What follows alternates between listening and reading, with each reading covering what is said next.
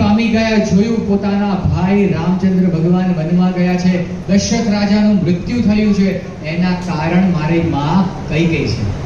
અત્યંત અંતરમાં દુઃખ થયું, નક્કી કર્યું કે મારા કારણે રામને વનમાં જવું પડ્યું છે, મારે રામચંદ્ર ભગવાનને પાછા લાવવા છે, ગમે તેમ કરીને એમને પાછા લાવીશ. દ્રઢ નિર્ધાર કરીને જંગલમાં જવા માટે તૈયાર થયા. આ બાજુ ભગવાન શ્રી રામચંદ્રને સમાચાર મળ્યા કે મારો ભાઈ ભરત આવે છે મને લેવા માટે. એ વખતે રામચંદ્ર ભગવાન વનદેવીને વિનંતી કરે છે. કોને?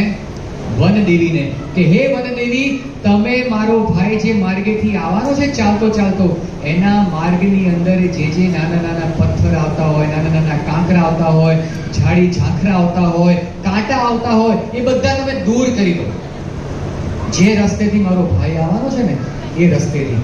એ વખતે વનદેવી થોડું હસ્યા કે પ્રભુ, તમારા ભાઈના પગ આટલા કોમળ છે. એ વખતે રામચંદ્ર ભગવાન કહે છે કે ક્ષત્રિયનો બચ્ચો છે, અરે આમ પાટું મારે તો પર્વત હલી જાય.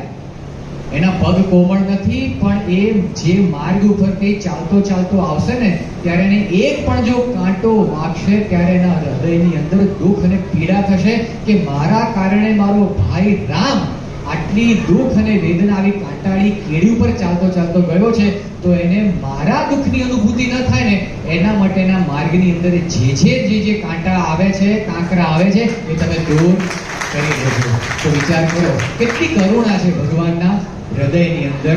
તો ભગવાન સ્વામિનારાયણના મનની અંદર પણ વિચાર હતો કે મારે વિસનગર જવું છે, મારા ભક્તોના જીવનમાં જે દુઃખ છે એ દુઃખમાંથી એની મુક્તિ કરાવી છે.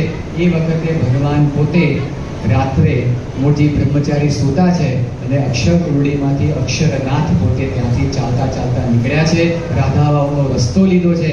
આ બાજુ અચાનક મૂળજી બ્રહ્મચારીની ઊંઘ દૂર થઈ અને જોયું તો મહારાજ હતા નહીં, અને સીધા દોડતા દોડતા આવ્યા, મહારાજને જોયા.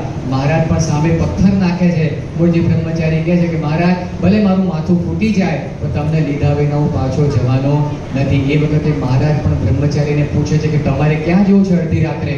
તો એ વખતે બ્રહ્મચારી કહે છે મહારાજ, જ્યાં કાયા ત્યાં કાયાની છાયા.